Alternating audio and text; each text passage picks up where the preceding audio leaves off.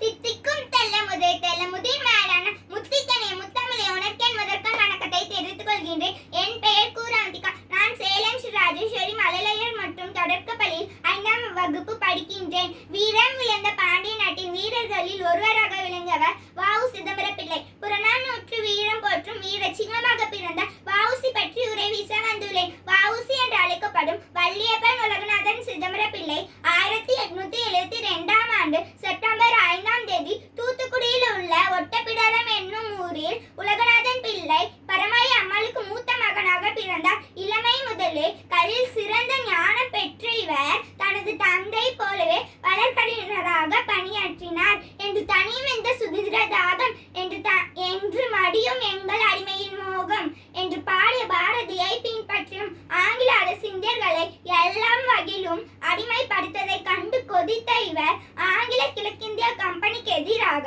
1906 சுதேசி steel navigation என்ற நிறுவனத்தை தொடங்கினார்.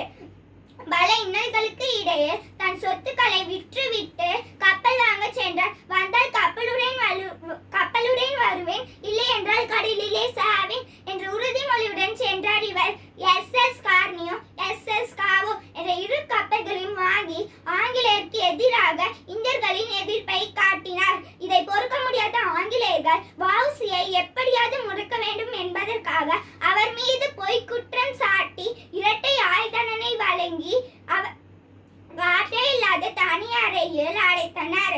கல்லும் மண்ணும் கலந்த உணவே தரப்பட்டது. சணல் கிற்கும் இயந்திரத்தை கையால் சுற்றியதால் கையில் ரத்தம் வழிந்தது. அதனால் எண்ணெய் ஆட்டும் செக்கில் மாடுகளுக்கு பதிலாக மாமனிதரான வ.உ.சியை பயன்படுத்தினார்கள். தடுமாறி கீழே விழும்போது எல்லாம் மாட்டை அடிப்பது போல் அடித்தார்கள். 6 ஆண்டுகளுக்கு பிறகு சிறையில் இருந்து வந்தவரை தேசம் மறந்திருந்தது.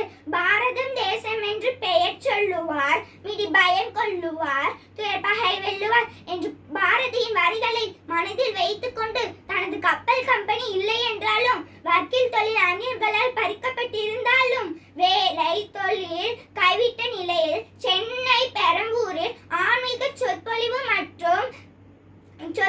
மற்றும் இலக்கிய நூல்களை எழுதி குவித்தார். கப்பல் ஓட்டிய தமிழர், செக்கிழுத்த செம்மன், தென்னாட்டு தீரர் போற்றப்படும் வ.உ.சி 1936ஆம் ஆண்டு நவம்பர் 18ஆம் நாள் இவ்வுலக வாழ்வை நீத்தார். நமது பிறப்பு ஒரு சம்பவமாக இருக்கலாம், ஆனால் இறப்பு ஒரு சரித்திரமாக இருக்க வேண்டும். இப்படி ஒப்பற்ற சரித்திர நாயகனை பற்றி உரை வீச வாய்ப்பளித்த சுதந்திரா இயக்கத்திற்கும் மேலும் என் உரையை கேட்டுக்கொண்டிருக்கும் அனைவருக்கும் என் 2 கரம் கூப்பி சிறந்தாழ்த்தி நன்றியை தெரிவித்துக் கொள்கின்றேன்.